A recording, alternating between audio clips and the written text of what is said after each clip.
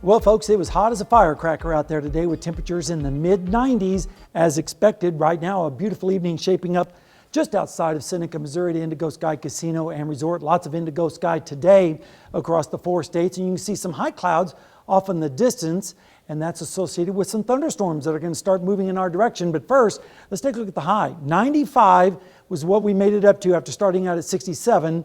And of course, we weren't near the records of 102 or 56, but look at the rainfall. We're about 9 inches now behind normal for the year. And the good news is we have lots of storminess on the radar across southern Nebraska and northern Kansas.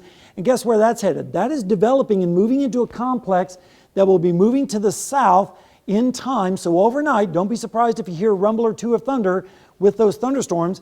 Now, earlier this evening, we had one storm over in Greenwood County, west of Yates Center, that just basically drifted off towards the south and west, and now it's just a ghost of itself, spreading a few clouds across the rest of the area.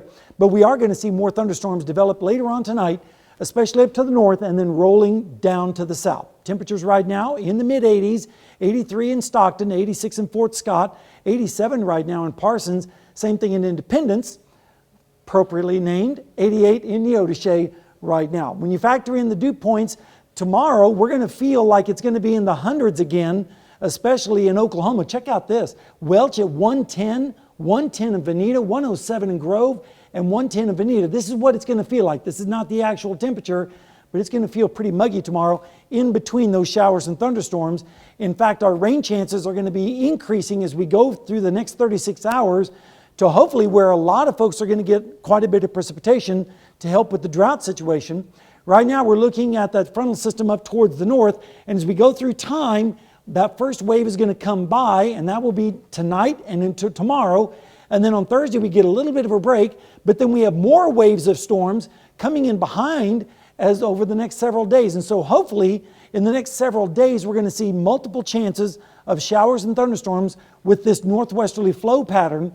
And looking at the rainfall totals, if this verifies, this would be great, with many places getting over 2 inches, especially out towards the west where they desperately need it. Hopefully Sedan will get 3 inches of rain. Now this goes all the way to Friday, and even here in the Joplin area, we might pick up over 1 inch, maybe 2. Wouldn't that be nice?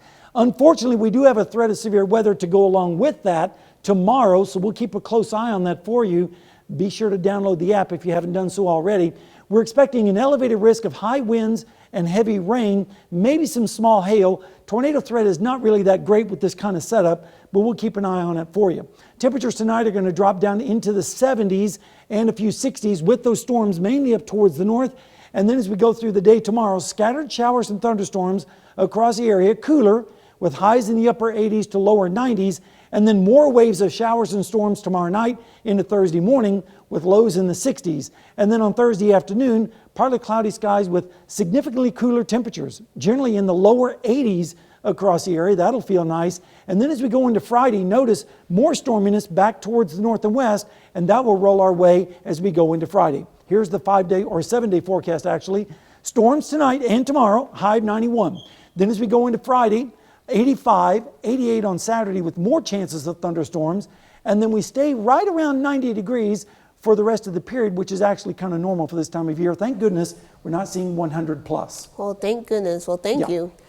Evergy is wanting to increase its electric rates. The company filed an application with the Kansas Cooperation Commission requesting to increase for both Evergy Kansas Central and Evergy Kansas Metro. Evergy Kansas Central includes Pittsburgh, Parsons, Fort Scott, and Independence. If approved, residential customers in those cities could see an average of an increase of more than $14. You can find out how to weigh in on the proposed increase on our website, KOAMnewsnow.com. Coming up, we'll take a look at a scam that the IRS is warning about regarding tax refunds.